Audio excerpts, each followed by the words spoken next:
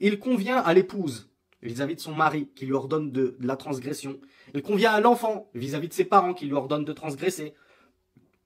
Et tout autre qu'eux à qui on ordonnerait un mal. De faire preuve de rifq, de douceur, de gentillesse, de bon comportement, de belles paroles dans la résolution des problèmes. En tant que musulman, et plus encore quand on est dans un couple, comme on l'a vu hier, ou dans le cocon familial, eh bien, il faut qu'on apprenne la patience, la douceur, la tendresse, et on n'essaye pas de résorber les problèmes et de résoudre les problèmes par la force et avec la dureté et en envoyant balader nos parents et la femme qui parle de travers à son mari. Non, on fait preuve de bon comportement, on tient de bons propos et Inch'Allah, si on use de la meilleure des façons pour faire passer notre réprobation, bi'idhnillah, elle sera acceptée.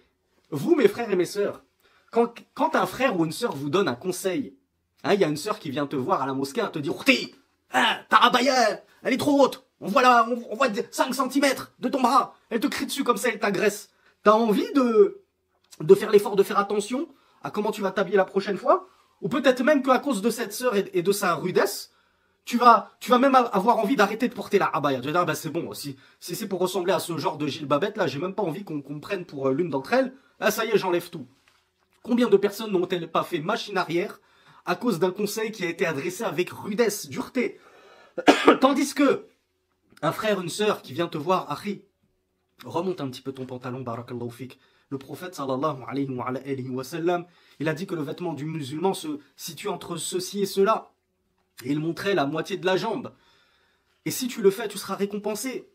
Et tu cherches, en cherchant à ressembler au prophète, sallallahu alayhi wa sallam, jusque dans la tenue vestimentaire, eh bien tu gagneras des hasanats. Donc qu'est-ce que ça te coûte d'essayer de ressembler au prophète, sallallahu alayhi wa sallam? Ben un bon conseil comme ça, il a été doux avec moi, eh ben ça me donne envie d'accepter son conseil. Je vois pas pourquoi je rejetterais un tel conseil qui m'a été adressé avec tellement de douceur, quand en plus on m'a apporté les adillah, les preuves. Allah a dit, le prophète a dit. Mais si tu brusques les gens, et qui plus est un enfant qui brusque ses parents, vous le savez bien, même nous qui avons des parents qui, de manière générale, sont moins lettrés que nous, et sont moins savants que nous, dans les sciences islamiques. Eh bien, si tu apprends quelque chose à tes parents, déjà, ils ont du mal. Ils se disent, écoute, oh, t'as 15 ans, t'as 20 ans, t'as 25 ans, c'est pas toi qui es sorti de mon ventre qui va m'apprendre ma religion. J'étais musulman avant même que tu viennes au monde. Je priais Allah avant même que tu aies tes premières dents. C'est pas toi qui vas m'apprendre la religion. Qu'est-ce que tu me dis, bid'a, tu vois des bid'a partout. Donc, déjà, les parents, ils partent généralement, pour un grand nombre d'entre eux, avec un certain complexe de supériorité. On connaît mieux que vous. C'est nous les parents, c'est nous qui connaissons la religion mieux que vous. On va au bled, complexe de supériorité également. Ouais, c'est pas vous qui venez de France, qui allez nous apprendre à nous qui sommes au bled, la religion. Donc, déjà, on part avec ces boulets aux pieds. On part avec des chaînes aux pieds. C'est difficile de faire entendre notre parole de vérité. Donc, si en plus tu la propages d'une mauvaise façon, avec dureté, avec rudesse, comment veux-tu qu'elle soit acceptée? Donc, voilà pourquoi le Cheikh Ibn Baz nous dit que c'est avec la douceur qu'on essaye de résoudre les problèmes. Et certainement pas avec la dureté. Et tu les dis, ouais, toi, de toute façon, t'es un jahil, t'es un ignorant. Et la femme qui commence à hausser le ton sur son mari, etc. Là, c'est mal parti. C'est très mal parti, Ourti, pour que ton mari, au final, il écoute tes conseils et il prenne en considération ce que tu lui dis. Le cheikh nous dit وَذَلِكَ بِبَيَانِ الْأَدِلَّةِ الشَّرْعِيَّةِ. Et quand on va refuser ce à quoi nous appellent nos familles, nos maris, etc. de haram, c'est bien qu'on leur apporte les preuves. Si on est en possession de preuves, c'est bien. Si tu connais pas, comme je vous l'ai dit, maintenant, alhamdoulilah, on est en 2024, on a tous les preuves dans notre poche. Hein, tu vas sur Internet. Bon, je vous avoue qu'il faut connaître quand même un minimum les bons sites.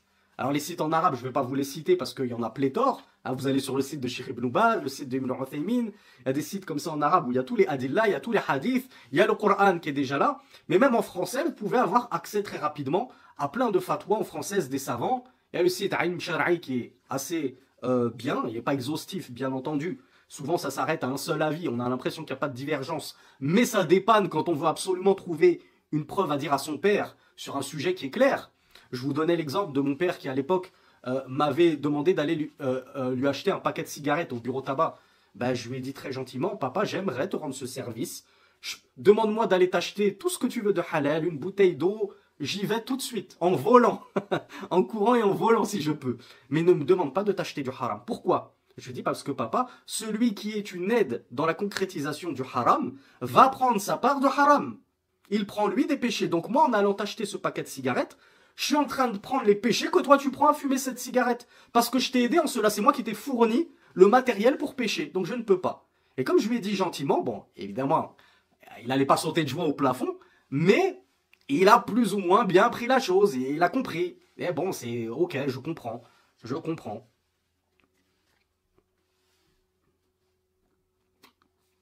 Donc expliquez, comme je vous l'ai dit, comme nous le dit le Cheikh Ibn Baz, rahmatullahi alayhi, à vos parents, à votre mari, à tous ceux qui vous demandent de pécher, expliquez-leur, nous dit Cheikh Ibn Baz, que ceci est contraire au Coran et à la Sunna. Dites-leur pourquoi c'est haram. C'est haram parce que Allah a dit ceci et cela. C'est haram parce que le prophète a dit ceci et cela. Essayez de leur trouver des adillas, des preuves.